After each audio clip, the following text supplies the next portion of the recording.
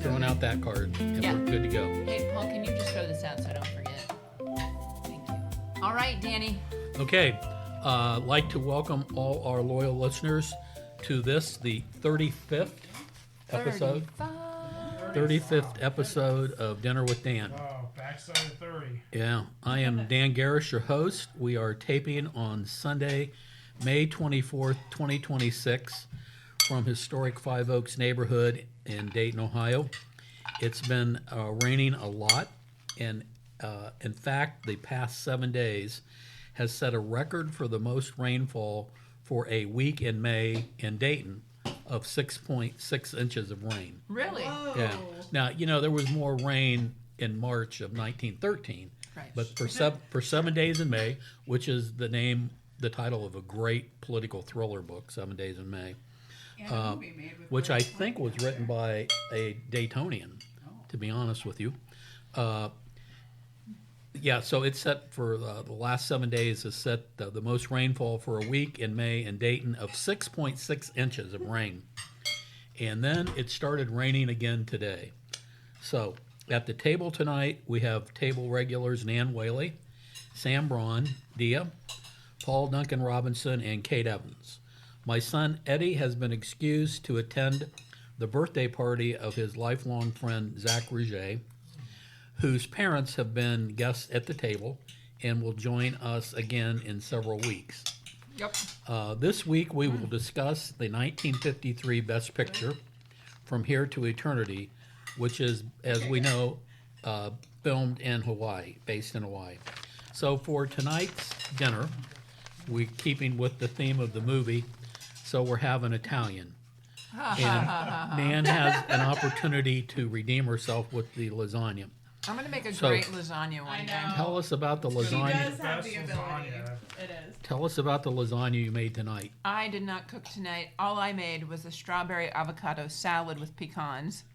Kate was the big cooker tonight. So, Kate. So yeah. Okay, so we're doing a Hawaiian luau. Yeah, basically,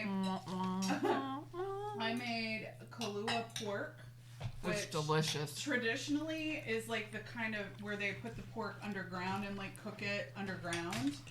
So I cooked it overnight in a low oven, like wrapped up in a bunch of foil to What's mimic low? the underground.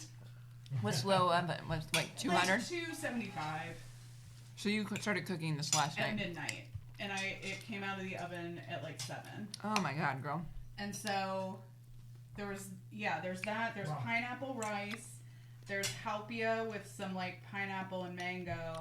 Explain what halpio is. It's a coconut like pudding that is like dessert / palate cleanser at the end of the meal. And then I made a pineapple upside down cake from my grandma's recipe. So Amazing. yeah.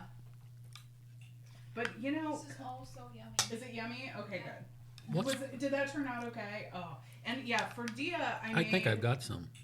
Oh, good. Yeah, for Dia, I made a it's a Beyond Meat, vegetarian like teriyaki kind of pineapple chicken with some bok choy stir fried Oh, into how it. nice. I had my first Impossible Burger this week. What'd you think? It was good. Yeah, not too bad. Yeah, they're pretty good. Well, and for appetizer, I have made cubed Spam skewers with maraschino cherries and pineapple slices. And for Dia, it's just the pineapple slices and the maraschino cherries. For those of you who may not know, Spam is a major food item in Hawaii. It started during World War II and has continued to this very day. In fact, Hawaii's become so expensive for people to live there that a number of native Hawaiians have had to move to the mainland, and they've congregated in Las Vegas, Yeah. where there's a lot of tourist industry, and so Las Vegas is the grocery stores in Las Vegas have become some of the biggest sellers of Spam. And for those of you who don't know what Spam is, it's a delightful food. It is short for spiced ham. I think it was created in 1937. It was a staple of the soldiers in World War II, as well as post-World War II feeding of hungry people in Europe and in Asia. So we have appetizers of Spam tonight as well. Living large. And Sam made Oh yeah, Mai Tais. delicious. Yeah, Mai Tais. Got all the ingredients. Dark rum, light rum, orange juice, pineapple juice, orgeat syrup, orange curacao, a dash of grenadine, and I added some Luxardo cherries. no wonder Dia's rocking back and forth down there.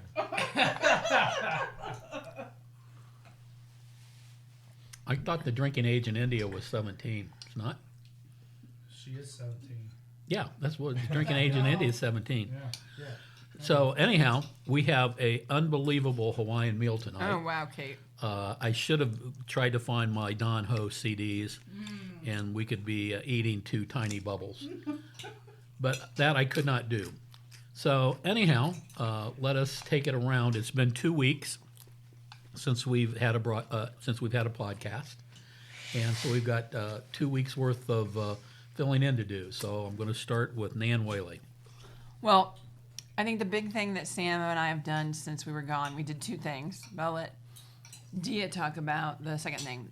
The first thing we did was we went to New York City last weekend with my brother and his wife, David and Emily, and my cousins Lily and Elliot. And we saw Maya Rudolph play Mary Todd Lincoln in Oh Mary. Hilarious.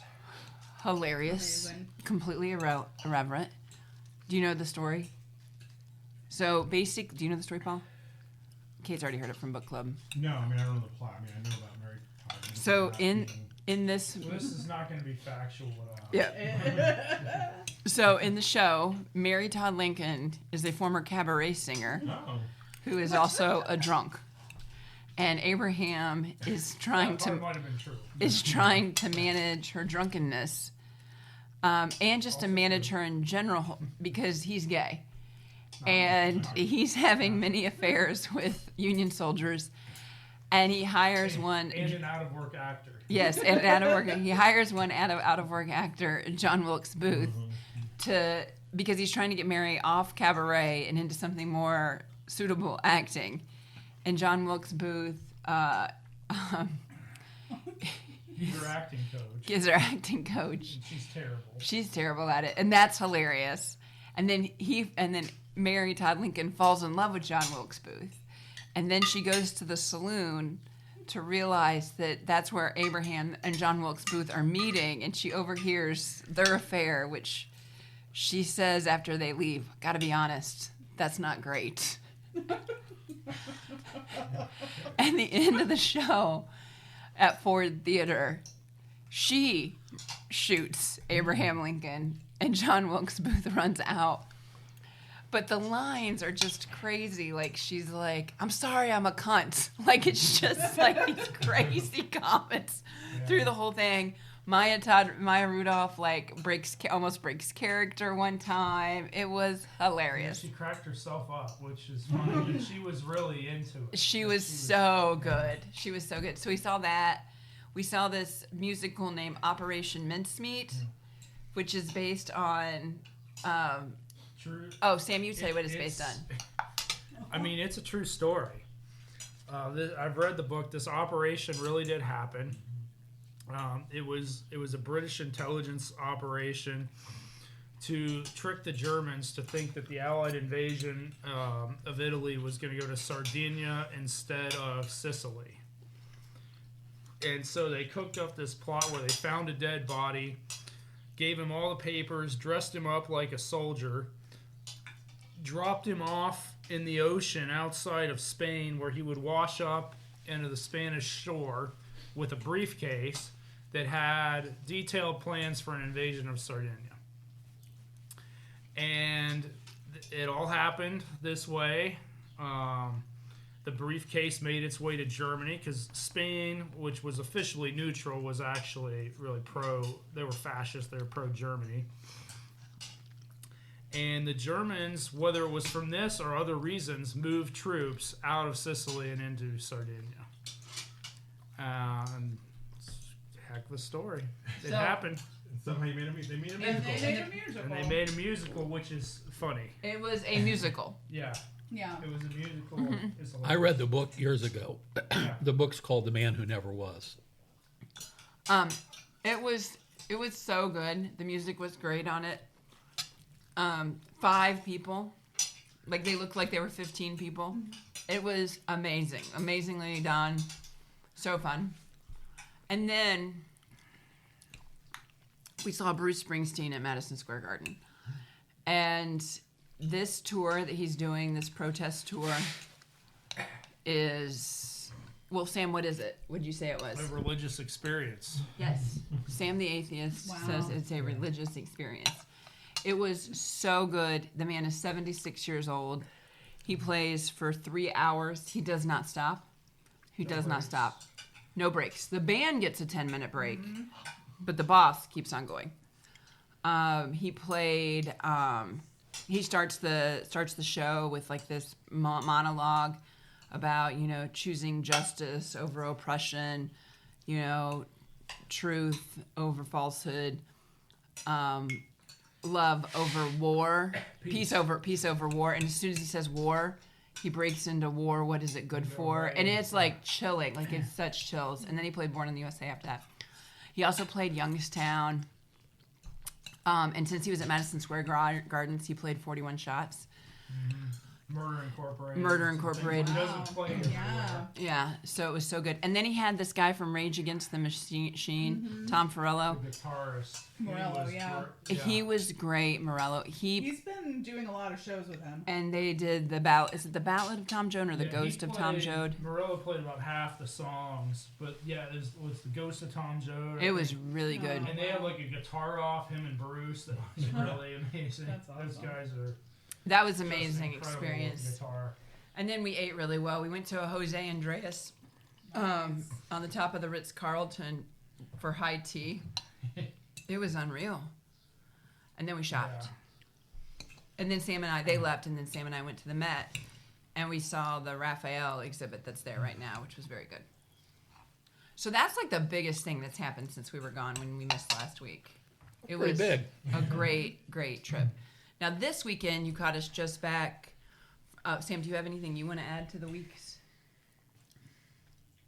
I think you covered the high points. Yeah, we wanted to, but where we went this week, we want Dia to talk about it this weekend. Okay. Yes. So where'd we go? Oh, we went to Hawking Hills. And what did we do? And it was great. We stayed at a cabin, which was very cool. It was duck themed. Ducks everywhere. And it had like a screen porch where we ate, which was, that Oh, was that's great. nice. And it had a hot tub. And how many miles did we hike? Like Almost 10. almost 10 Wow. miles. Yeah, on one day, so that was cool. I like the Devil's Bathtub, and the Cedar Falls and Ash Cave. Those were all very fun. Yeah, I had a really good time. And what animals did you see? Oh. Besides Baby Louie. chipmunk, A chipmunk? wild turkey. Yeah. Oh, Yeah, wow, the wild those are turkey. impressive. Those aren't easy to spot. Yeah, We those are saw wild impressive. turkey. Yeah, Sam, I wanted to chase it, but Sam said no. They're mean. That was smart. And a baby deer and a mama deer. Oh. Yeah. And the Woodpecker. woodpecker. Oh, nice. Yeah, and just lots of birds. A And snake too. and a water snake. Yeah, that was very cool. The waterfalls were very active because of all the Yeah, rain. yeah. They And were it was- gushing. Did you manage to stay dry or did Oh you yeah, get- it was yeah. planned very it was just perfect. Good. I think Sam planned it very nicely, so we We did. avoided the heavy rain. Good Yep. job, Sam. Where yeah. where in Hawking Hills were you guys actually? I mean, where we stayed is kind of in the middle of nowhere. I guess it's a few minutes outside of South Bloomingville, which is, you know, What? there's like 10 houses there. Oh, okay. Give me a county. Yeah. Oh, Oh, Hawking. Hawking. Hawking County. Okay. Hawking County. Yeah. I mean, because they call that Hawking Hills over there for a number Well, of counties. Yeah. We were in Hawking. Yeah. Yeah, it's just very pretty, and I had a good time hiking. It was a lot of fun. And Louis. And Louis was there.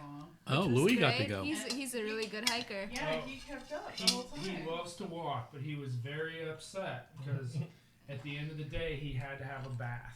Oh yeah, Oh yeah, he was And he very was muddy. like- It was You so mean- funny. He I did had all not- this fun, and now I have Oh, to yeah. do this. Yeah. Very upset. It was a lot of fun. I was cracking up. Also, Dia what last week was this last week? Oh, it was last week of school. Oh, Yeah. I've been waiting for it. Yeah, congrats. Yep, Oh, no I more missed school. Summer break. I don't have to wake up early anymore. Oh. It's just great. It's gonna And be didn't you go to great. Cedar Point, or that's coming up? That's coming up. Okay. When are you going to Cedar Point? I don't remember, but it's not. It's next month. Okay. Yeah, and Paul and I are matching today. We have our Yeah, block Sam- party shirts on. Sam So has does a Sam. different Yeah. edition. Yeah. And I just want to say that the food's just awesome. I love it. You like it? Yeah. Oh, good. I was really nervous about the vegetarian That pork, good. one. It's just awesome. That's really good. Good. The pork tastes like pork from a pig roast. Yeah, that was. I mean, it the really point. does. It tastes like pork from a pig roast. Yeah. Absolutely. I'm impressed with how it came out. I followed a recipe pretty closely. I made a That's few funny. little modifications, Yeah. but it's like they tell you to use liquid smoke and salt, and that's literally all you use, and then you just wrap it up in foil. But I found this smoked salt that I used, and I think it really enhanced the flavor. So It. I know. It's really good. I know. I was like, oh, I can't believe you can do that in the oven. Yeah. And the rice is very good and pineapple. It is, yeah, it is. Okay, that's what happened over at 217 this past couple Nice. weeks, Danny. Duncan. Well, in reverse chronological order, yesterday Cheryl and I went to our niece's daughter's, grandniece's 1-year-old birthday party. So that was fun, even though she's 1, but got a cupcake out of it. Friday night, Cheryl and I went to this place in Springboro, Latin Arepas, which kind of has a tiki theme, so I thought of you, Dan, not because of today's movie, but you know your interest in Just in tiki general. in general.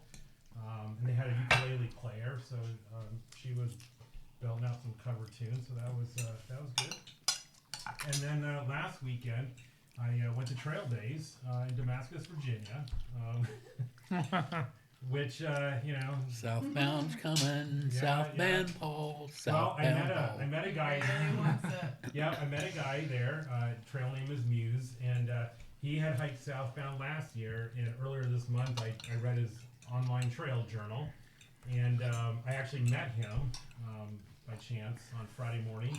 And he was like, "Yeah, I hiked southbound, and I did this, and I finished up in December." I'm like, "Wait a minute! I read a trail journal of a guy who You want finished up some? in December." Thank you. And I Yeah, realized, it's really good. The food is awesome, Eddie. I didn't realize it was the same guy. So I told him I have a friend of mine who's like really after me to go southbound. But he did it in almost 197 days. He finished up mid-December, which is not what I wanted to Whoa. do. Yeah, because there was like snow like a little snow on the ground in Yeah, that'd be mountains of Georgia. pretty rough. But it was pretty cool. I got actually met a number of hikers that I had hiked around last year, hiked with and around last year. So it had that reunion aspect.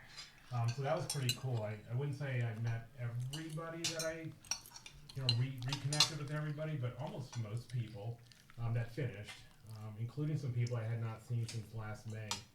So it was pretty cool. And I got new tips for my trekking poles because all the gear manufacturers are there. And yeah, it was pretty cool. Did you wear your Duncan hat? I wore the Duncan hat.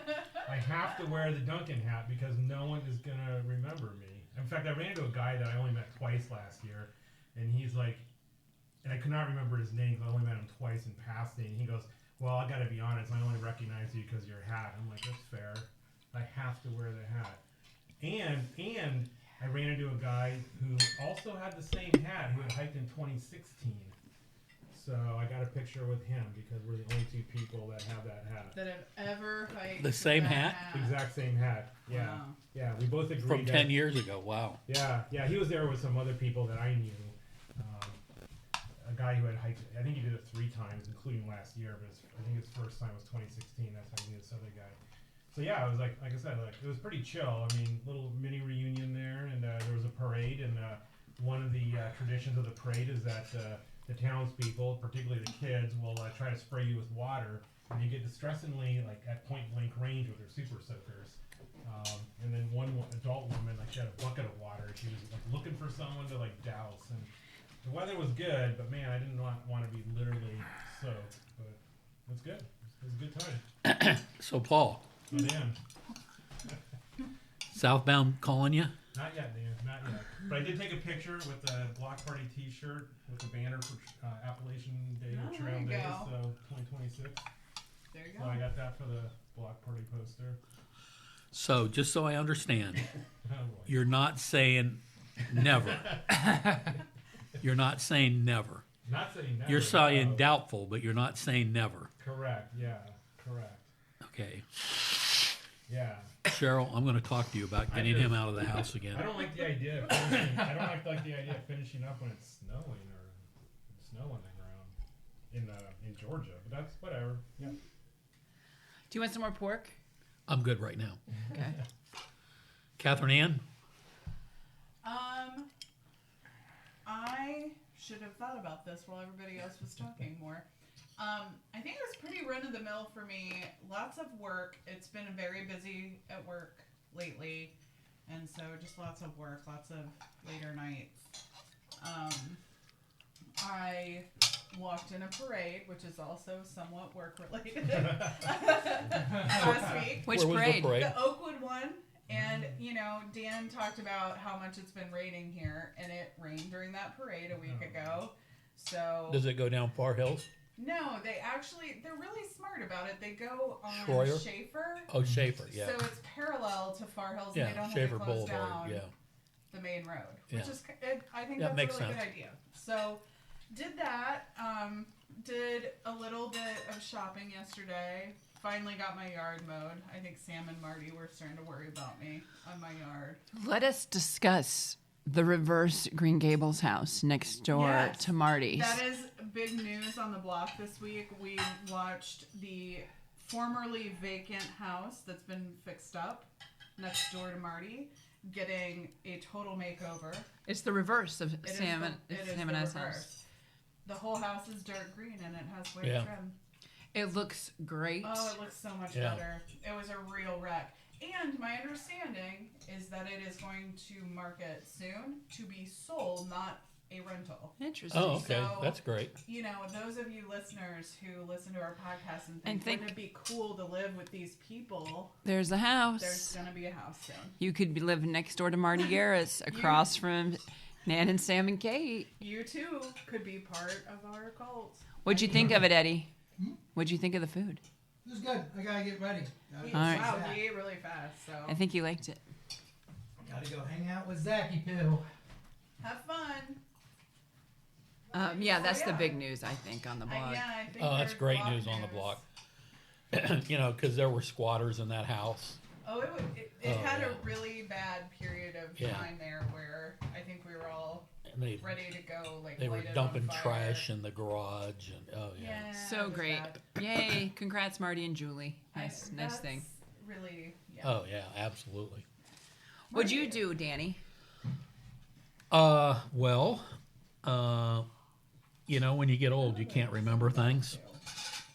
And so I'm not sure what I did 2 weeks ago, but this week I started off Monday with the elevator, Virginia's Revenge, not going all the way down for me Uh-oh. twice. no. So I had to call Marty, who came down. Fortunately, it went back up for me, but it only would go halfway down. What was the deal? It's all a mystery to me. Marty was able to come down, and of course, it worked for Marty. Oh. Hilarious. So, you know, as we all know in Native American lore, Coyote is a trickster. And I'm thinking Virginia's my trickster now. I mean, it really is On- giving credence to the revenge Yeah. part of this. Oh, Very yeah. targeted. Yeah. No. It worked for Marty, didn't work for me. But since then, knock on some real wood, it's been working fine. So Oh, here we go. Wait, no, it's Oh, fine. yeah. Nobody's at the door, buddy. I keep forgetting. Yeah. I know. Lulu. So Protecting the house. I got down and I went to my retired judge's luncheon Oh, how are they all? out at MCL cafeteria, which was fine. Had a good time doing that. And then Wednesday, we had the Garris family dinner. And this week, because Marty was just getting back from somewhere, Okay. it was his turn to make food. So I ordered pizza from Pizza Factory, which is another official pizza place of Dinner with Dan. Best pizza in Dayton, Ohio on Wayne Avenue. Pizza Factory's the best. Got a bunch of Pizza Factory pizza. So we had a pizza party, and the big news was after we ate the pizza, the boys went across the street to Eddie's house and brought back Bill Platt's desk, which is now in the living room to where I can sit there and do things and look out on what's I going see on that. up and down Wroe. One of the drawers had not been opened since 2017, so that was a true 2017 time capsule. I mean, there were bills from 2017, there were Nice. magazines from 2017, articles from 2017, medical receipts from 2017. And what'd you do with all of these things? Well, most of them has made it to the recycling bin. Nice. Oh, good. Yeah. Wow. Well done. So growth. I've still got a way to go in there, because that's a big desk. But eventually I hope to move the mess that is on the table back here out to there. And then I can sit there during the summer and work on things and look out, seeing who's going up and down Wroe Avenue. I like that. So that got done on Wednesday. And then Thursday, I can't remember. Friday, the boys and I went to see The Mandalorian and Grogu, Star Wars movie. I wondered if you would. It was a great movie. I encourage everybody to go see it. It's the first Star Wars movie theatrical release in 6 or 7 years. They put out a lot of content, but it's all been on Disney Plus streaming. This was the first theatrical released movie. It is really good. And I bought the $39 thing of Grogu popcorn. Nice. They're selling merch. Let me tell you, you walk in there, there's a lot of And merch. You're the target audience. Um, for the- that. Special container, is that why it's? Oh yeah, special container. Oh yeah, it's special container. So you got a Baby Yoda special container? Yeah, Grogu. Grogu. Yep. His back opens up. You can put the popcorn in there. But you get that, and then you get the big thing of popcorn. Yeah. So that was really fun. And then then I had two brunches at Legacy, and I'm proudly wearing my You've got new merch. limited edition 250th anniversary of America Legacy T-shirt with stuff on the sides and on the back. It's red, white, and blue for the 250th anniversary. Another official sponsor of Dinner with Dan. Fine place to go and eat. They'll be open tomorrow on Memorial Day, but they're closed Tuesdays. So anyhow, and then from a standpoint of what else I've been doing, been watching a lot of TV. Eddie and I finally finished Breaking Bad. Thank God. We did all 5 seasons of Breaking Bad. I watched. What did you think? Oh, I really liked You it. liked it all the way through? Oh yeah. No? Oh Have you yeah. watched it? No, I haven't been able to Yeah, it sucks. bring myself to do it. I watched like the first 2 episodes. I just was like really I struggling. think I even got to to get like into 6 it. or 7. I spent 6 or 7 hours, but there's nobody to root for. Yeah. But you what? There's nobody to root for. 6 or 7 hours. I know. Root for like the he's like the extreme anti-hero, and Right. so it's just like I can't do it.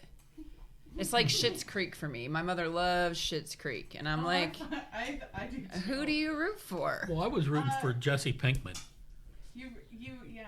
even though he was cooking. I mean, he was just a likable stoner that just couldn't ever break out of the system, out of the cycle.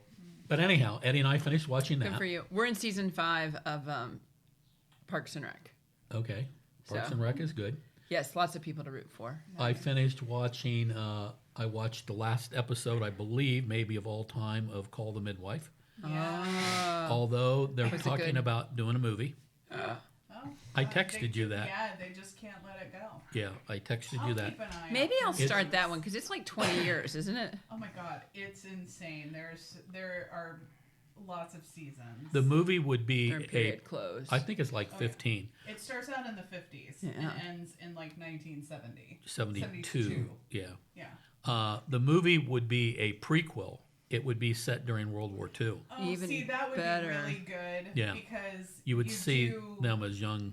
and young you get nuns. a lot in those early seasons. Yeah. It's like they're in the they're going into like buildings that are The Blitz and- partially oh, yeah. damaged still, and like and like they talk about it and what they were doing then. So Yeah. that would be great. I watched on it. PBS The Forsytes because they were in period Mm-hmm. closed. Did you watch it? No, but it's on my radar. It's like less soft porny than Bridgerton, Yeah. but still kind of got. Because it's PBS. It's PBS, but they still take their shirts off. Oh, there you go. The men do. Nice. Well, anyhow, I cried like a baby. At the end, I At the bet end you of Call did. the Midwife, yeah. Yeah, because it was something Oh, yeah. that I watched Which with Virginia, Virginia I'm sure you religiously, did. Yeah. But it was really good. I liked how it ended. I thought it was a great Yeah. ending. Yeah, I only watched it because of Virginia. Then I finished watching the season end of Ghost, which I really love. That was a show Virginia and I watched. Great show. And Elsbeth, which Virginia and I watched together. Really What's love that that show. about? Elsbeth, she's a wacky lawyer who's assigned to a New York City precinct on a consent decree to keep them from violating people's civil rights. Oh. It's a murder mystery. It's hilarious. It is really funny. You would like it. I mean, it's just wacky. And every week, you know who did the murder, so they solve it backwards. Oh, cool. And Thank you, Polly. We'll need little plates for the. it is funny. It's very topical.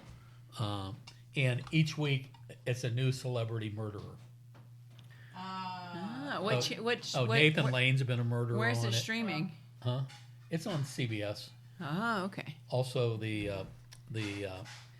company that killed Colbert, which I watched the last Colbert. I haven't watched it I yet. haven't By watched the yet. way, fuck CBS. Okay. Yeah. I, Can I put it down? $5. I'm not going to charge him for that. Oh, So I do. Fair enough. Not only Colbert, but the news division. I know. They're gonna ruin 60 minutes. It is so. I do not so want to. I want to avoid tragic. CBS as much as I can. oh, Elsbeth. She's the. Elsbeth. That's what I thought. She's the woman that was in, that Chris Noth and Julia Margulies and Wife. The Good Wife. Yeah. She was in The Good Wife, and it's a spin-off of She's The one of Good the Wife. quirky She's the quirky attorneys. Elsbeth. Yeah, Yeah. okay. From The Good Wife. Yeah, okay. That's what I thought it was. So anyhow, and I started trying to clear out some text messages and stuff on my trusty flip phone. Yes. And look what I found from October 12th, 2021, Oh my goodness. Oh, there's Virginia with in front of. Oh, The Late Show with With Stephen Stephen Colbert. Colbert. Nice. Here, I'm gonna take a photo Oh, of that. perfect. last year when we were there, we walked by it. Yeah.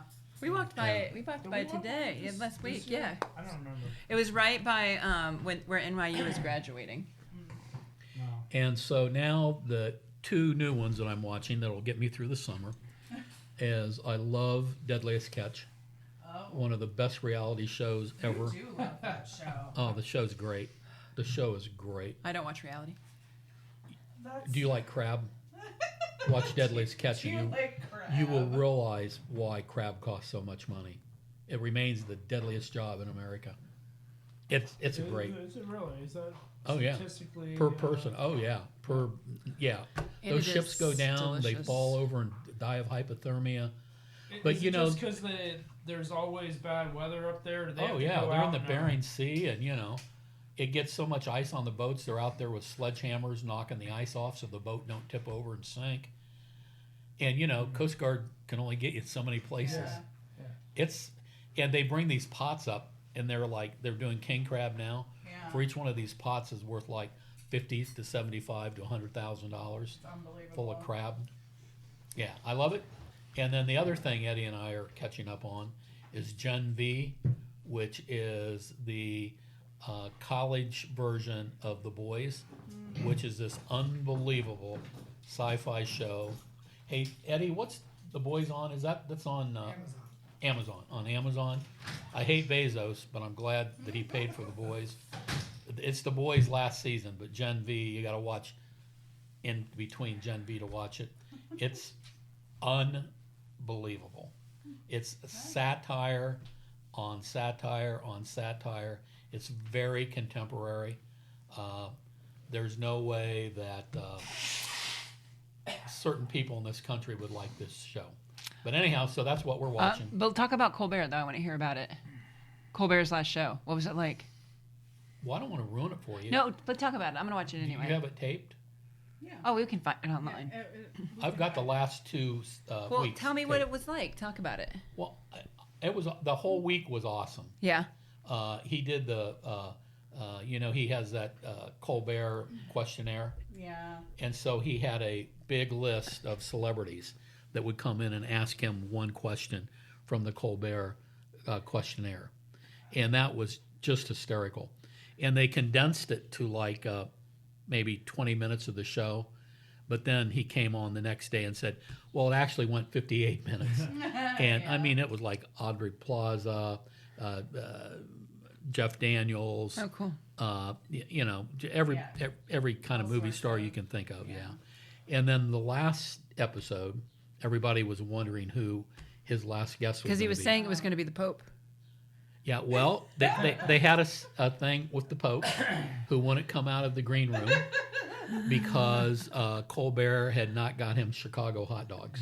Hilarious. Which, as we all know in Chicago, there's a certain kind of thing that's the Chicago hot dogs. Can't fool him with Yeah. New York hot That's dogs. right. Yeah, Not the and he same. kept throwing them out. This is not Chicago hot dogs. It was Sir Paul McCartney. Oh, one of the Beatles. Which was really neat because he had played the Ed Sullivan Theater in 1964. Oh, One of cool. the first American Yeah. shows, right? Was The first. It was the first. the Yeah, first it was that played Ed Theater. Sullivan. Yeah, so it was a lot of reminiscing there and stuff. And then they played the last thing you saw him doing was playing. I say hello, you say Yeah. goodbye. Hello, goodbye. Yeah, so it was That's pretty Colbert great. was singing, Jean Baptiste was there, Yeah. his current guy Louis Cato was there, and Elvis Costello, Oh, cool. plus Paul McCartney and Colbert singing. I mean, Yeah. how can you beat that? You're singing with one of the last alive Beatles on the Ed Sullivan station. I mean, Theater. I don't know how you Yes, how you beat Ed that. Sullivan's Theater, yeah. And so then it ends really cleverly with they're in the back and everything's, got to be gone and it's time to turn the lights off. And he lets Paul McCartney throw the switch, turning all the lights off. Oh, Yeah, so it was pretty clever. Yeah, it was really good. oh yeah, was we're going to really good. watch it. They had a neat article in the paper today, in the Dayton Daily, which I still get, the paper version, and about what's going to happen with the Ed Sullivan Theater. And it actually had started, one of the producers' plays started it and it went bankrupt. And then CBS signed a long-term lease in like 1936. And then when Letterman started his show, CBS bought it, completely bought it. And so, they hope that, it won't get, well, they can't tear it down because it's on the National Historical Register. Unless somebody in the White House says, no, it's not, and they let them tear it down. But they hope it gets restored and everything, or that it continues, maybe goes back to a Broadway theater that it once was. So, yeah. I've got the last 2 weeks. It was really good. I mean, Yeah. he had Tom Hanks was on there, which was really clever. Hanks collects typewriters. Yes. And he gave Colbert a typewriter. He had Steven Spielberg on. He had Pedro Pascal, who was the Mandalorian, who wanted to know why only the women got to kiss him. Because there was this big thing about the women who had kissed him. Louise Dreyfus. It said, well, Yeah, Julia Louis-Dreyfus. Yeah. Yeah. And then next thing I know, he's making out with Pedro Pascal. It was pretty funny. He had definitely a good last 2 weeks. You know, just about everybody that was anybody in the entertainment industry wanted to be there and be a part of it. Well, what a great human, too, Colbert is. And I thought one of the things that was really neat was Jimmy Kimmel the night before said, I don't want anybody watching my show Thursday. Yeah. We're not going to do a live show Thursday. Yeah. It's going to be a rerun. You watch Colbert. And I thought that was pretty I think cool. Fallon followed suit eventually. Yeah, I think he did. But see, yeah. I think Kimmel is just like such a special one, right? Like he kind of does those kind of things, Yeah. and he kind of like he's a leader of them in that way. Yeah. I I think, think so. you know, of like just being like a good human. Yeah. I'd have to say Yeah. Fallon's fine, but Kimmel is. Yeah, no, I agree with that. I used to love Fallon when he was at Saturday Night Live, but he's disappointed me a lot as a late night host. He's like Jay Leno. Yeah, he shows, Yes, he sure shows is. very little And he's courage like in Johnny this Carson. scene. Johnny Carson was like that. You know, Yeah, it was. He's right for the Tonight Show Mai audience Tai. that is rapidly It's Mai Tai Hawaiian tonight, buddy. too old. Yeah. Yeah. It's rum, light rum, dark rum, some other alcohols. He'll get you going before your party. It's not spiked tea. I guess it could be spiked tea. So anyhow, then Thanks for sharing about that. then last night after I got back from Legacy, I watched the movie for the first time, Oh, and then today. you've never seen it? Oh no, I'd seen it, but for the first time for the podcast. Got it. I mean, I'd seen it 3 or 4 times. I had before. never seen it, so And then went to bed, got up. Eddie got me my DoorDash coffee and breakfast bagel from Big B's. I'm now back to Big B's. This is your Sunday ritual. Sunday ritual. Yeah. And Bye, everyone. Love everyone. love you too, Eddie. take care, Love Eddie. you. And then I started watching it for the second time with commentary with the Indianapolis 500 on Oh, I Moot. forgot about that today. And the Indianapolis 500 was the closest finish ever in Indianapolis 500 history. Wow. 200ths of a second difference between the first and second. I mean, it is like, it's like that. Was it a dry? Was it dry there, or did they get? Oh, Some too? They had so many wrecks. Oh. Every time I looked up, there was another wreck going on. There was a lot of downtime. But anyhow, so that one is in the books. So Can I just say how soft Louis is since Dia gave him a bath? His I little, didn't, you did. Dia and I gave him a bath, and his You little also chest did. is so soft. It It's was amazing so how funny. that It was happens. really funny. He was not happy, was he? No. Oh no. Did he jump out of the tub? He tried to escape the shower quite Yeah. a bit. We had to shower him. There was no tub. Yeah. That's how I have to do Archie because I don't have a tub. Yeah, I just have a big shower. oh, it's tough. And I actually have this like Rubbermaid container You put him in. that I put in the shower and like try to box him in because otherwise he like jumps So he can't around. get out. Yeah. Louis is like, "What are you doing to me? What did I do?" Anyway, he's very soft right now. Go ahead, Danny. okay, so we've got a good wrap up. We've all been doing a lot of interesting things. The food has been magnificent today. So good, Katie did. Oh, good. And so we're now at our 26th Academy Award Best Picture. Tonight it's for the Best Picture of 1953. It received 13 nominations, and it won 8, which tied Gone with the Wind. Okay. So for a number of years, it was right up there with the most nominations as well as the most wins. And I mean, Sinners just got the most at 16 nominations. So this got 13. So, and as for Best Picture, it was against Julius Caesar, The Sure, Robe, that was terrible. Roman Holiday, Oh, Roman Holiday. Roman holiday. and Shane, which is a Shane. classic American Western. Great American Western. And Roman Holiday, great. That's great. Vespas made me love Vespas.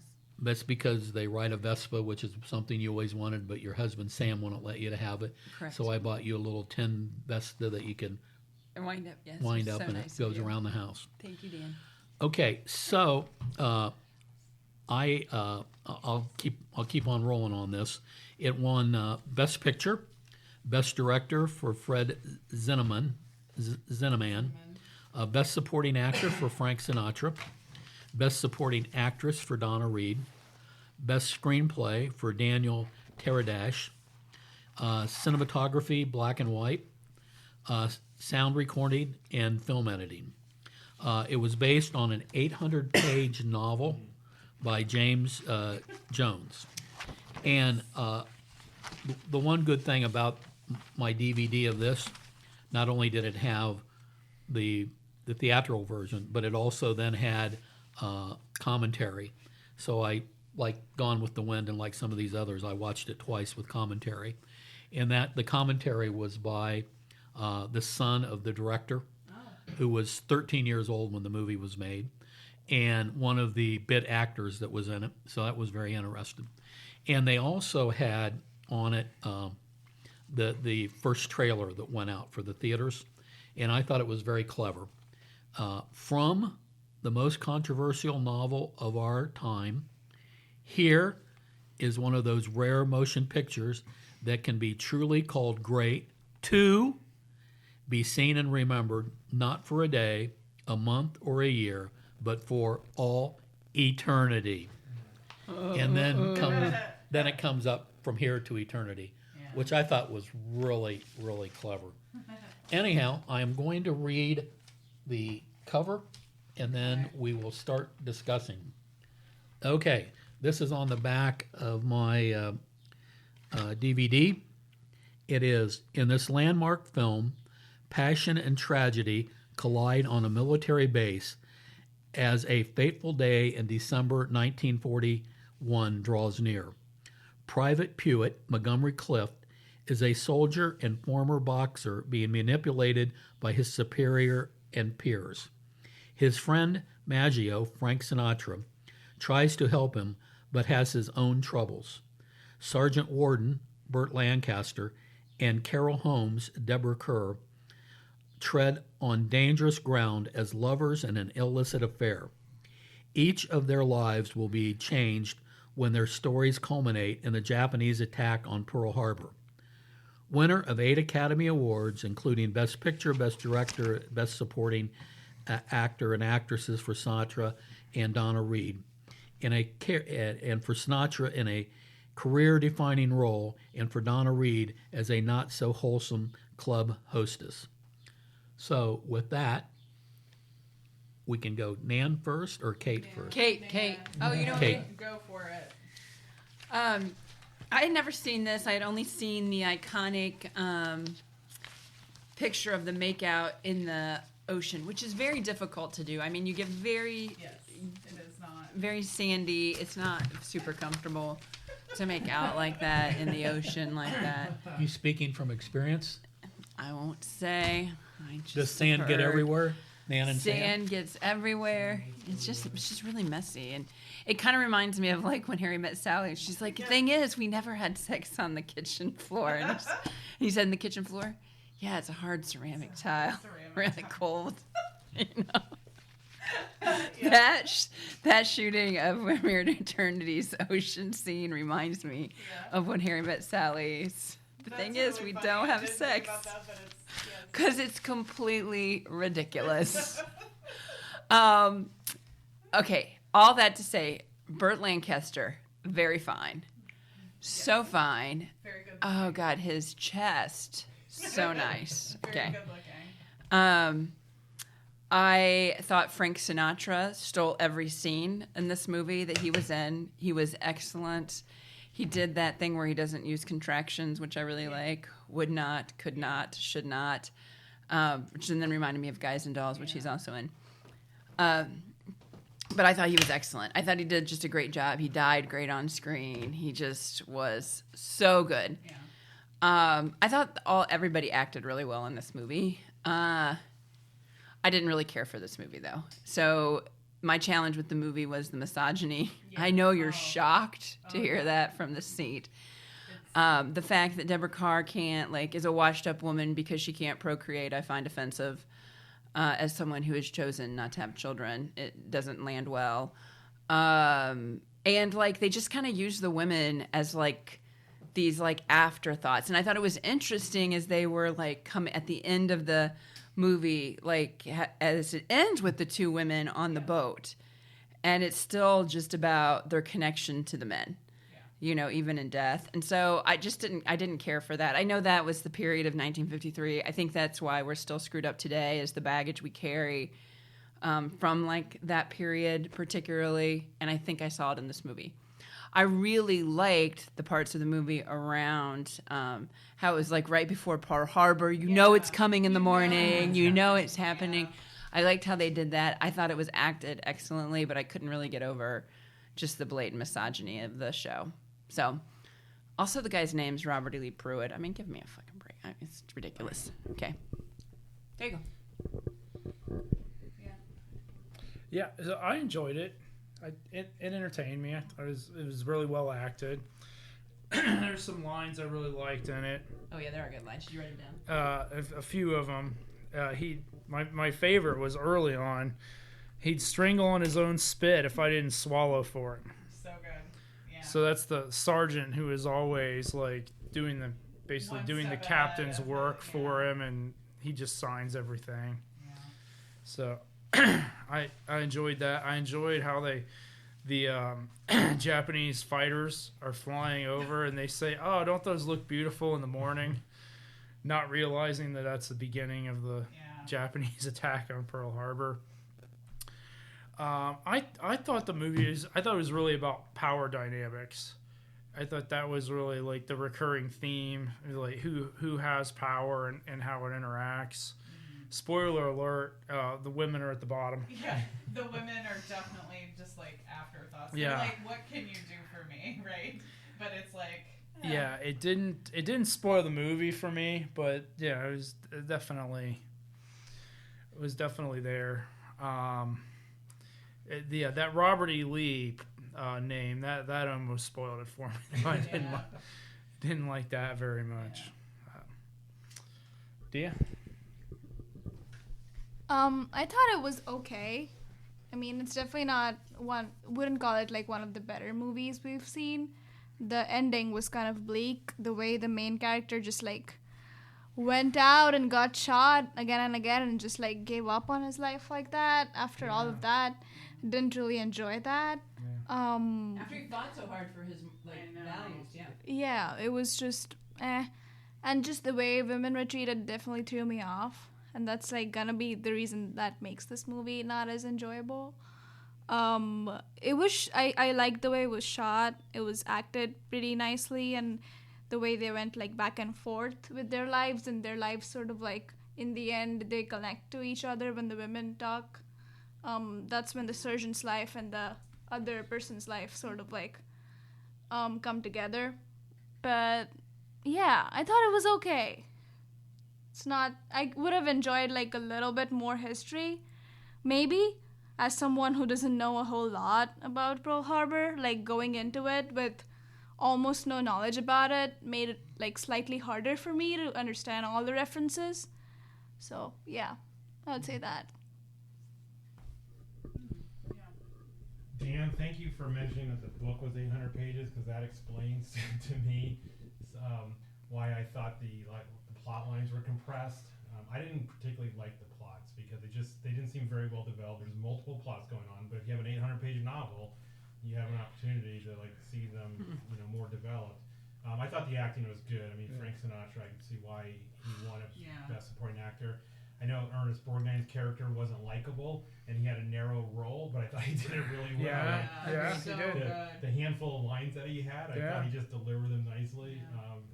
He was great. Yeah, I know you're not supposed to like the character, right? But I thought Ernest Borgnine did a good job.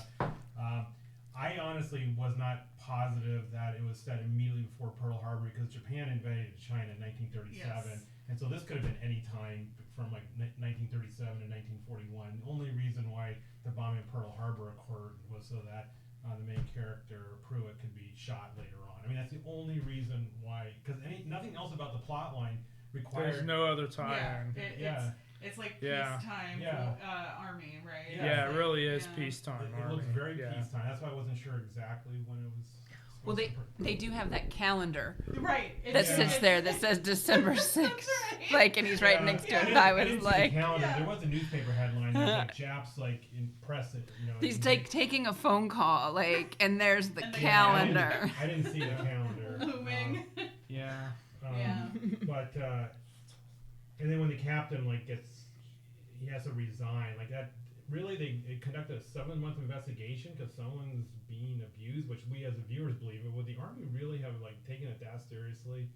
No, I don't know. I actually thought there was gonna be boxing somewhere, like actual boxing, not necessarily that Pruitt like bows down and like decides to box, but I thought that there was gonna be a little bit more. I thought Pruitt was going to box Yeah. to get Sinatra out of prison. Yeah, something. That's what I right? thought the deal was He going to should happen. have like Yeah. Yeah. why, like his decision making is. Yeah.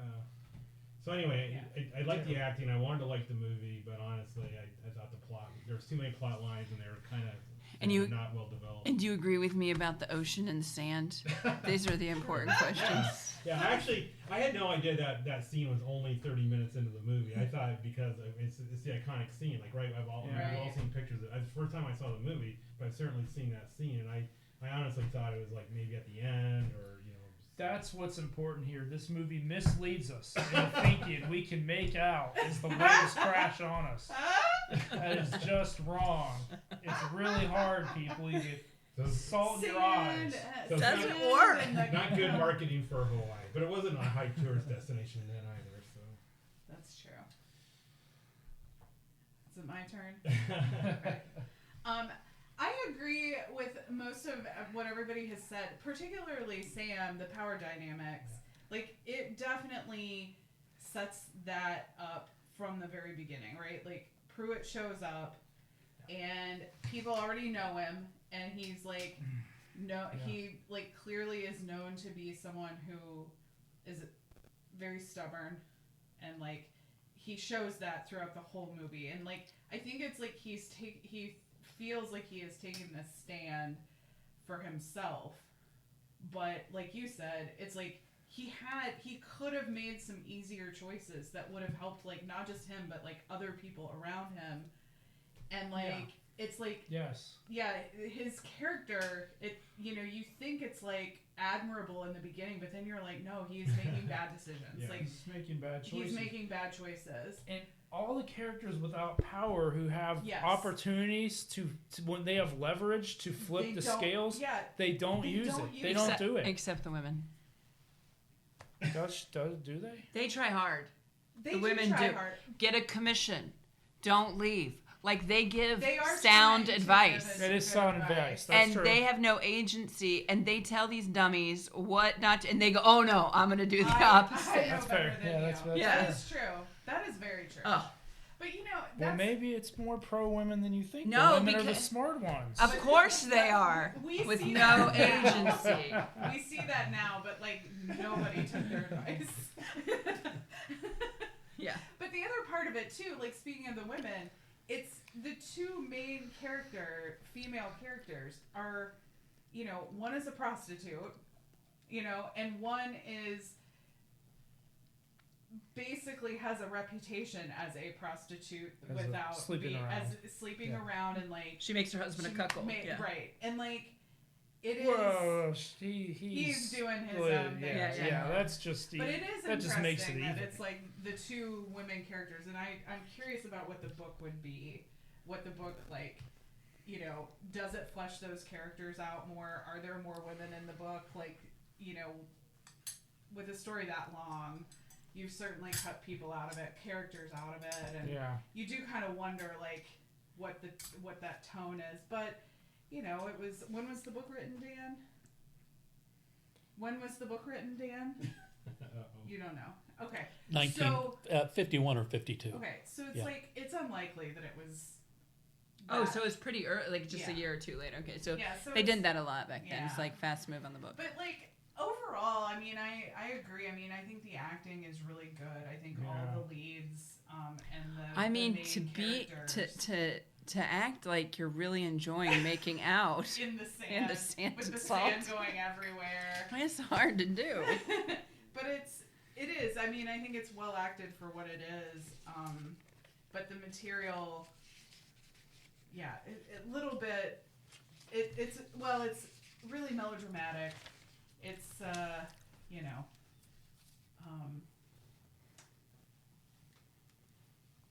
yeah, I don't know. It's not one of my favorites, but it's one I've seen before. All that to be said, 100 times better than Greatest Show on Earth. Agreed. Well, so yeah, I was gonna make that comment that like I do appreciate. Just had to It hit. felt like there was Had to beat plot that horse here. again, didn't you? Felt like there was plot. I didn't feel like I was watching a documentary. No, I agree. Disguised I as a agree. movie. It kept my attention for 2 hours. Yeah. Helmet, yeah, it's entertaining. It was entertaining. it's very soapy. The Like acting it's is a strong, very though. Soapy, very soapy. Yeah. movie. It's a good cast. You know, Oh, they're so attractive. Movies, I know. The cast is very hot. Yeah, there are a number of movies in this time period that fit that kind of like soapiness, right? Like, but like we're getting into like the Peyton Places. I mean, like, some and of they these, and are it's, like, so hot. They are. I mean, the whole cast is easy to fine. Easy to Oh. watch for sure. so lovely. sure. I loved watching them. So anyway, Yeah. that's what I think. His chest. Dan has been staring at me for like 10 Dan, minutes Tell us why you liked it. in disbelief. Yeah, tell us why it's the best movie ever, Dan. Well, you know, in contemporary America, a lot of people are thinking it's time to pack the Supreme Court. I'm beginning to think it's time to pack dinner with Dan. So tell us. Once again, I find it 1, 2, 3, 4, 5 versus 1. No, we liked I it. know, What yeah. are you talking about? Did you Nan not listen is to the us? one that didn't like it. I liked liked it. it's not one of my favorites, and it's flawed Yeah, for it's me. in the middle of the pack for me. Middle but of it's the pack. not. Yeah. I did say they're hot. They are, and they are hot. Oh, boy. I'm sorry. I don't think every movie we I see don't- is the I best was movie gonna ever. say, we're allowed I'm to have going shades to of rave gray. about next week's movie. No So matter what. don't worry. Well, I've seen it. Yeah. So, Oh, On the waterfront.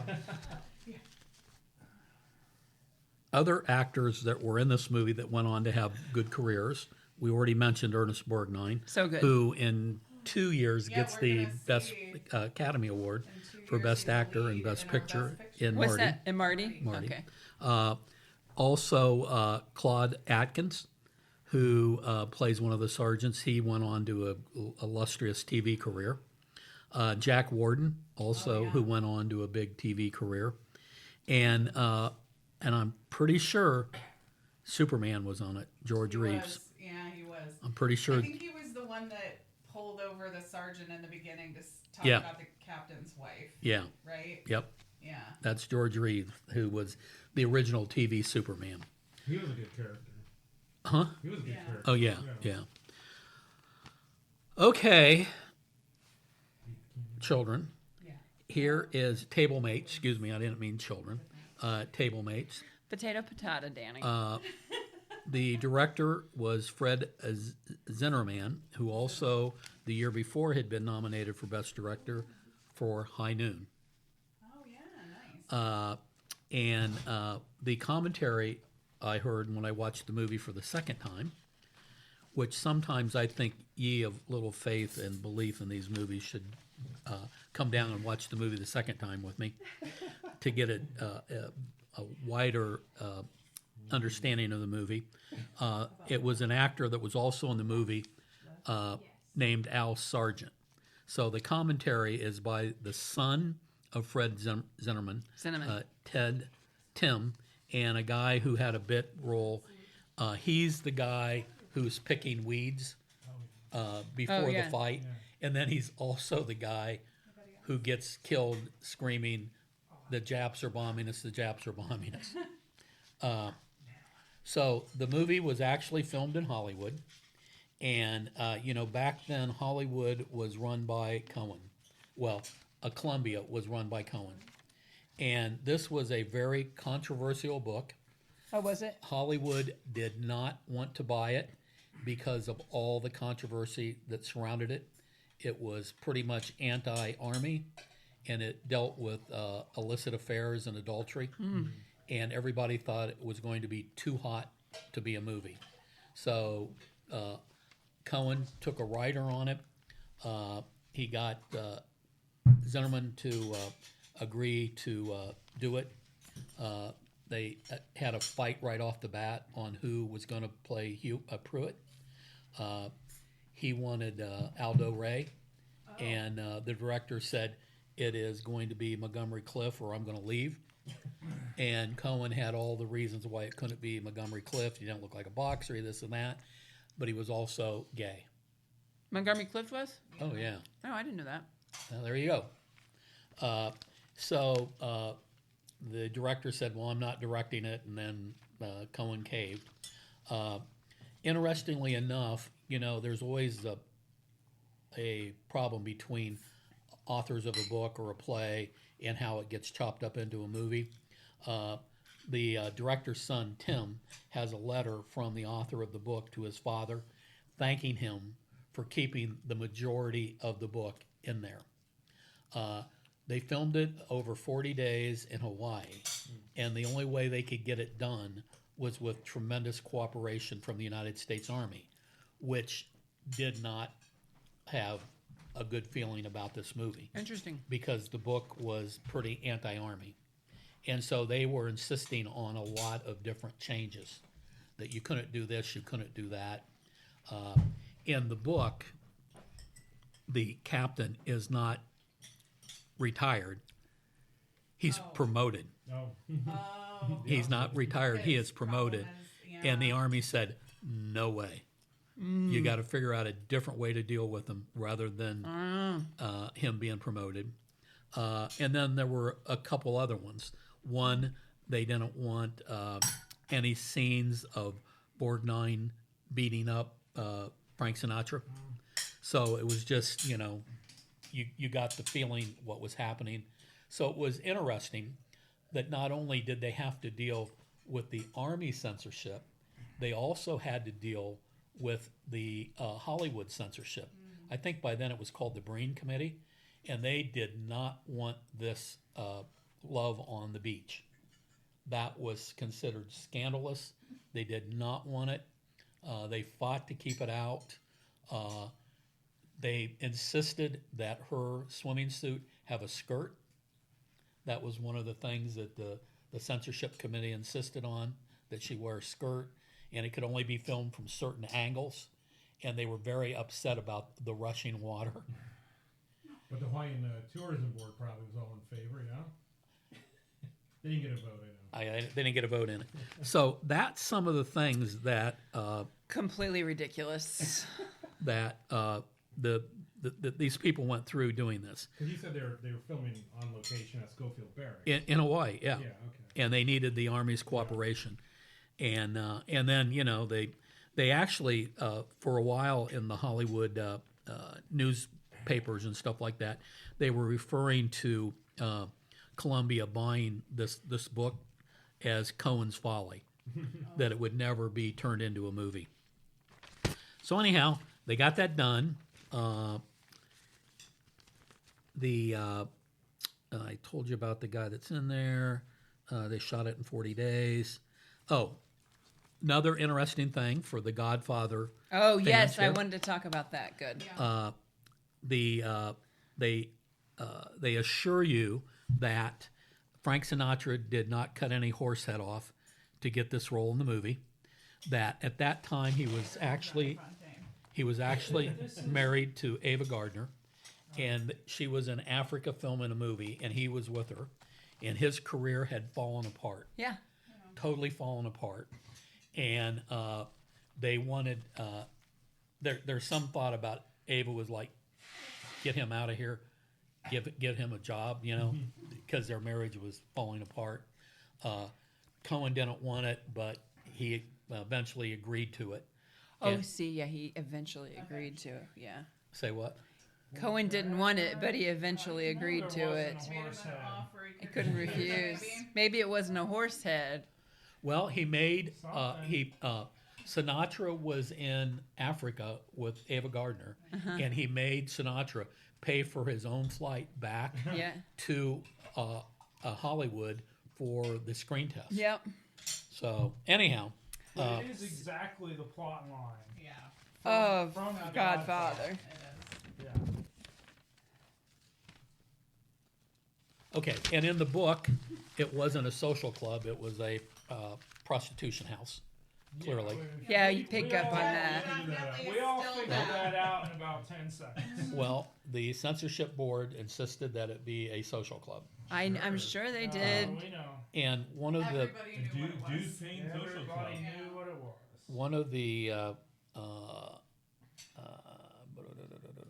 one of the commentators talked about how it's the movie has stood the test of time because of good acting, good script, and good staging of the scenes. And the only actor that was the number one choice of everybody was Burt Oh, Lancaster. he's so hot. Yeah. And Deborah Kerr played out of her what she normally played, as did Donna Reed. Oh, yeah. They both played women Against type, yeah. out against type. And so that's one of the things they've said is that, this is one of the things that really shows what great actors they were. And then we're going to move on to, Robert E. Lee Pruitt was supposed to be from Harlan County, Kentucky. And they actually went and recorded people's voices from Harlan County, Kentucky. And he was trying to learn how to talk Kentucky talk. So that's where the name Robert E. Lee came from. And he spent a lot of time with, at that time, the best bugle player in America. I forget the name that the guy was. So he could learn how to play bugle. And then apparently he had trouble giving it up afterwards in real life. So he would take a bugle around with him in hotels and at restaurants, start playing it, and got knocked out in a fight one night when the guy told him to quit playing it, So I thought that was a little interesting thing. Also, let me see here. Then,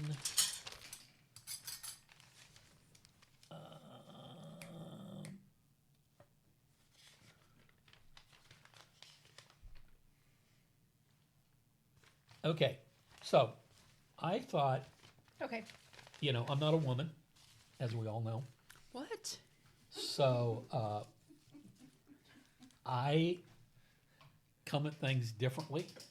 I try to appreciate and understand where you and Kate come from on this. Do you? In my mind, Sam's covering his face. I thought these were like strong women. I mean, who fell in love with two guys who, quite frankly, were more in love in being in the Army. They both couldn't give up their love of being in the Army. And Pruitt said that from the beginning. He loves the Army, and he wants to fit in. He's a loner who has issues with his own stubbornness, but he wants to fit in the Army. And Burt Lancaster, his refusal to want to become an officer, Sure. he loves the Army. And I think, the women unfortunately come to the realization that they have fallen in love with two guys that, can't love them back the way their life is. Mm-hmm. So anyhow, I really liked the movie. I think Would you go so? You don't love the movie? I really liked the movie. Okay. I believe, despite everything that's been said here, that it still stands the test of time for being a truly great Hollywood epic. And I understand why it got 8 Academy Awards. And, it blazed a lot of trails. It helped break down how some people could be portrayed, and how actresses and actors could, get roles that might not have ever gone to them before, And in one sense, we're kind of going through that right now with the attack on the Odyssey, with Elon Musk and the rest of his clowns all upset that there's a black female playing Helen of Troy. You know, I don't know if you're following that on I'm the not, internet no. or not. No. I'm not aware of this, but Elon Musk. There's been plenty of these things that have, you know, I remember people losing their minds because one of the Star Wars trailers had a black stormtrooper, or how there were lady Ghostbusters. Hermione Granger being a black female in the play Cursed Child, the casting and that. Well, Elon's all upset about it. And Jimmy Kimmel had the best one. Like, Elon, do you know Helen of Troy was the daughter of a swan who mated with humans in the Greek mythology, which I thought was pretty funny. So anyhow, but it was a white swan. I really liked the movie. I thought the acting was great. I've always been a fan of Donna Reed. I loved her in It's a Wonderful Life. When I was a kid growing up, I always watched the Donna Reed show. I thought she played this role very well, and I never have seen Deborah Kerr that much. Oh yeah. But I've seen movies she's in. You didn't? She was. Also, she was in An Affair to Remember, which is also mentioned in Sleepless in Seattle, which is the Nora Ephron movie where they all just start to cry because they discuss An Affair to Remember because he doesn't know she's on that couch and she has been hit by a taxi. She can't walk. She's excellent. Anyhow, I thought she was great. She's great in An Affair to Remember, too. And isn't that Cary Grant? Yeah. Oh, so hot. And, there was a time I thought I was kind of buying into the whole Frank Sinatra horse head cut off and everything. But after watching the movie twice now, back to back, and with the commentary, I realized he did a great job of acting. Oh, I think he did. I think he was excellent. I still think the Mafia got him that job. The plot Yeah. of The Godfather, the guy is perfect for the role. And Sinatra was perfect for this role. But it's very possible that the studio head was trying to block him because Sinatra had slept with somebody. That's very believable. Which is the issue in The Godfather. It's not like the Mafia gets him the role that he doesn't deserve. It's that the studio head's trying to block him for sleeping with his girlfriend. Exactly, which I stand by. I think that even what you said still makes me believe that happened, Dan. Yeah, that's something Sinatra would do. Yeah. So, any other thoughts on the movie? Deborah Kerr is beautiful. Burt Lancaster, beautiful. Yeah. A lot of beautiful people. Well, I agree with you, Dan, on your point. Like, I think the women are strong here. It's society that's the problem. Mm-hmm. Yeah. So I think that was a good point. Yeah. So anyhow, and one of the commentaries, they've got a couple different specials.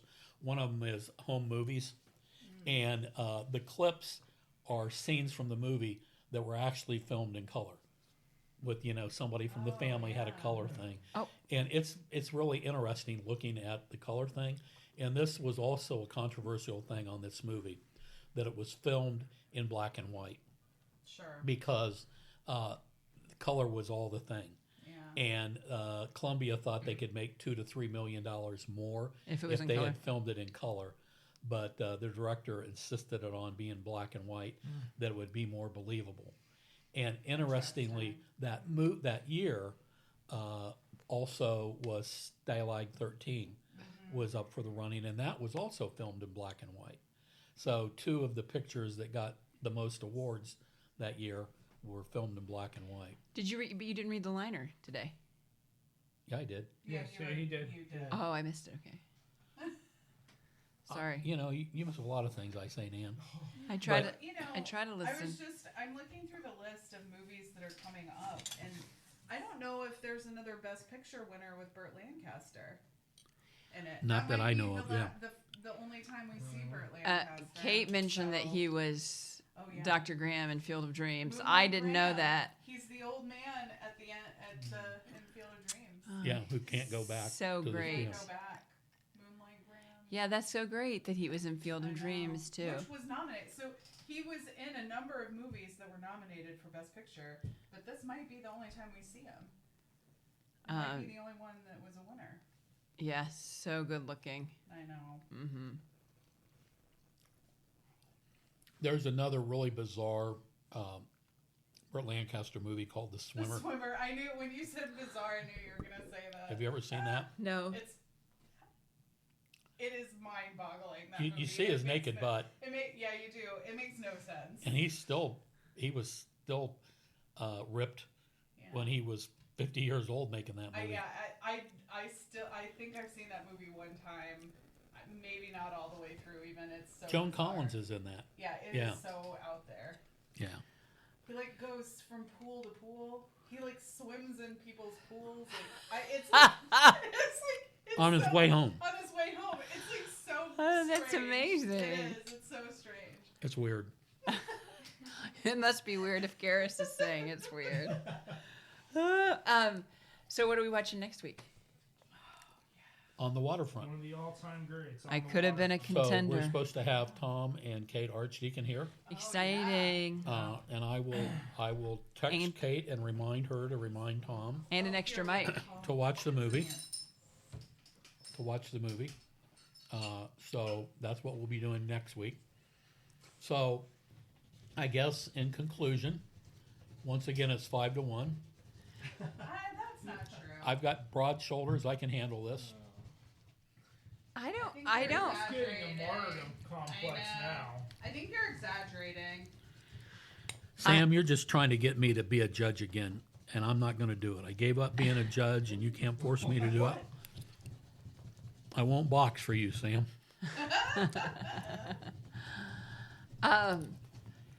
So that was the 26th movie that we've seen. I'm really glad we're doing this project, even though I'm very hard on the movies.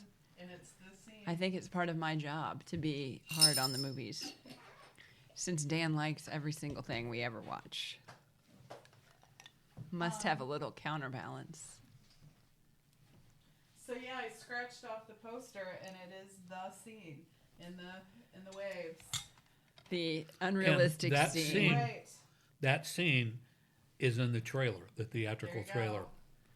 I'm sure it is, because people are like, how did they do that? Is that really comfortable? I don't know. Well, you know. Well, you they and might Sam have- obviously There know. might have been controversy, but they knew it would sell tickets. Exactly. I'm just saying. All right, so on the And, waterfront next Paul was on the Appalachian Trail, so, something maybe happened on the Appalachian Trail, and, there's all kind of crazy things going on in this world. week. What? Oh my. All right, Dan, sign us off. Say what? Sign us off. Yeah, I think that. The pineapple upside down cake is great. You like it? Oh, yeah. It was delicious. Yeah, The whole really good. meal was. Thank you, Katie did. Thanks for doing it since we were coming back from You Hawking, bet. too. Yeah. You're welcome. Okay. Well, I will say from here to eternity,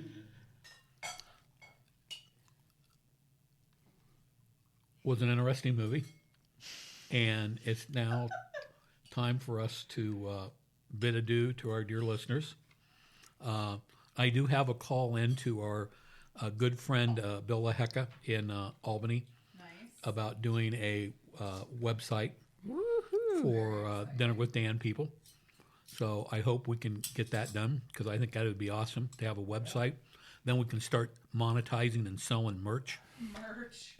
T-shirts are in the future, huh? T-shirts. Yeah, T-shirts are coming. You had no idea how much merch was at the theater for The Mandalorian and I Grogu. bet, yeah. Oh my God. You thought you had walked into a Star Wars room.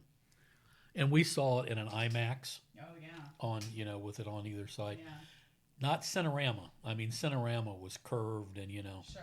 it was just a magnificent thing. But, in Dayton used to have the last Cinerama theater at the Really? Neon. Yeah, at the Neon. That was the last one. There was only, he might have had the last, because it's 3 projectors, and Cinerama had to be synchronized, Yeah. and it was curved. Yeah. And if you remember at the old Neon, out front on it, they had the Yeah. Cinerama sign, which was Yeah. 1 letter high, 1 letter low, 1 letter high, 1 letter low. they had a big article in Vanity Fair, which I still get to this day, a very good magazine. Not yet an official sponsor of Dinner with Dan, but I'm working on it. They had a big article about it, and I think it was Tarantino, one of the big directors, flew into Dayton to see the Cinerama. The movie that still exists is How the West Was Won. Yeah. They also had it filmed for regular, but they had it in Cinerama. And he came in. He had a private showing of it, and then one of those rich billionaires in Seattle. I don't know if it's the guy that started Nike or it's the guy that started Apple. One of those guys bought it from here in Dayton and moved it out to Seattle. Oh, wow. So before they did that, they had farewell viewings of How the West Was Won, and I took my late wife and the 4 kids to see it. So I don't think Eddie and Marty much remember it, but they were there. And I mean, Cinerama was something because you sat there and people were all around you. Now this IMAX is kind of like that, but it's not. It's not the same. You know. Although my understanding is you're friends with Ellen Belker, and they weren't. Denny wasn't at our judges' luncheon Monday because they went to Vegas To see with the Wizard of Oz at the Sphere. To see the Wizard of Oz at the Sphere, which I heard when you do that, you think the flying monkeys are actually flying at you. Yeah. So I very much would looking forward to hearing that because I'll never make it to Vegas. Yeah. But anyhow, so that was a little bit of film history that we did have here in Dayton. That for a while we had the Cinerama. But the only other films that exist were travelogue films that they did around the world. And for whatever reason, the film that they were on turned pink. So those copies of Cinerama have like a pink hue to them. But How the West Was Won was still a good print. So anyhow, that's a little bit of film history. Thank you, Dan. And at one time, since I'm on film history, at one time, have I talked about this before? If you wanted to play an American movie, you had to rent it from Twyman Films, which was based on Salem Avenue in Dayton, Ohio. Oh. So when I was in college, Manchester, middle of nowhere, Indiana, every student group could have a movie Friday or Saturday at the Student Union. There was a catalog, of which I have a 1973 catalog. I'll dig it out for the next time we do it, of all the films you can rent from Twyman Films. And the only place you can get them from in the entire country is Twyman Films in Dayton, Ohio. Wow. And I forget which movie. When I was in Circle K, we rented one. It came in 2 big cases like this, and it was you played it, the big wheels, and it went through the mail, and you had X amount of time to get it back to them. Wow. And that's how it was. If you wanted to show movies, and of course DVDs or VCRs came around, and blah blah blah blah. But then the other thing that was interesting about Dayton's role in film history is this is where they used to save and preserve all the movies. Was here in Dayton. And they just within the last 10 years moved that to like Alexandria, Virginia. This is where they had, I think it was either at the Air Force Base or out by Wright State. They had like a massive warehouse like they had on Raiders of the Lost Ark that had all this film in there. Because if they don't preserve the film, it turns to dust. Right. It just, so they would preserve like 50 or 60 movies a year. And they were doing that here in Dayton. So amazing. I thought that was pretty interesting, and they're all out there now. And then of course we know Wright State has a great film program. Film program. Is it Tom Hanks? Or, yes. Yeah, Tom Hanks has been their big benefactor, and they've put out a couple Oscar winners that have come from there. So that's pretty interesting. Yeah. It's awesome. And she got the Academy Award for was it the cancer one or was it the last truck? Julia Riker. Yeah. She got it for not Last Truck. She got it for American Factory. American Factory, yeah. And Steve Bugner. So anyhow, all you people that are listening to us around the world and across this country, Dayton, Ohio, why we may have interesting people here at the dinner table, we do have a solid history of loving horror movies. So with that, I'm going to thank everybody for coming. I want to thank Kate for an excellent meal. Okay, yummy. Thank everybody for bringing the food down. And I will say Godspeed and fair winds.